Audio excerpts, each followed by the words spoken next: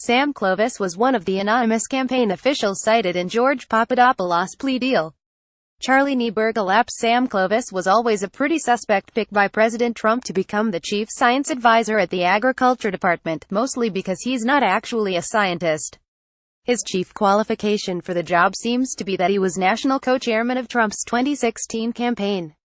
Democrats have also spotlighted his past comments skeptical of climate change and suggesting that laws protecting LGBT rights could lead to the legalization of pedophilia.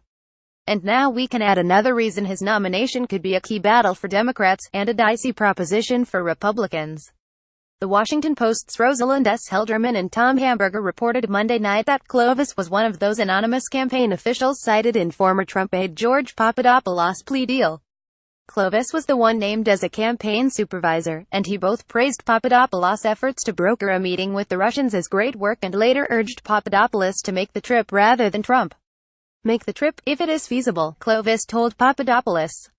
Clovis' attorney, Victoria Toensing, told the Post that Clovis was only being nice and that he actually opposed the campaign meeting with Russians. She said Clovis was being polite when he encouraged Papadopoulos to meet with Russian officials in August, adding that the campaign had a strict rule that no person could travel abroad as a representative of the campaign. Clovis could not stop an American citizen from traveling abroad in his personal capacity, she said. Toensing described Clovis as a polite gentleman from Iowa who would always have been courteous to a person offering to help the campaign. Okay. So basically, Clovis told someone to do something he opposed and was against campaign rules because he was only being a polite Midwesterner and he couldn't technically prevent him from doing it. As a Minnesotan, he'll gladly try to use this excuse going forward. The strained explanation speaks to just how problematic this could be for Clovis. The campaign and the Trump transition team claimed over and over again that it had no contact with Russians during the campaign. Here we have a former Trump foreign policy aide actively setting up a potential meeting with the Russians, and Clovis giving him the thumbs up.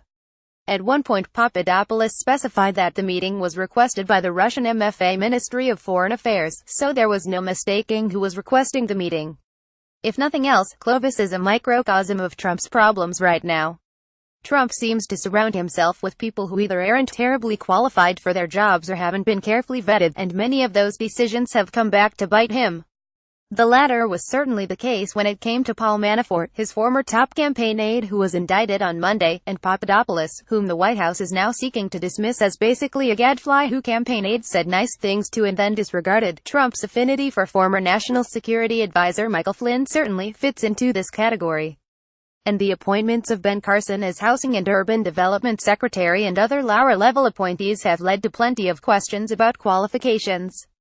We'll see how the Clovis confirmation process pans out, but his nomination certainly fits a pattern of Trump playing fast and loose, and potentially dealing with the consequences later.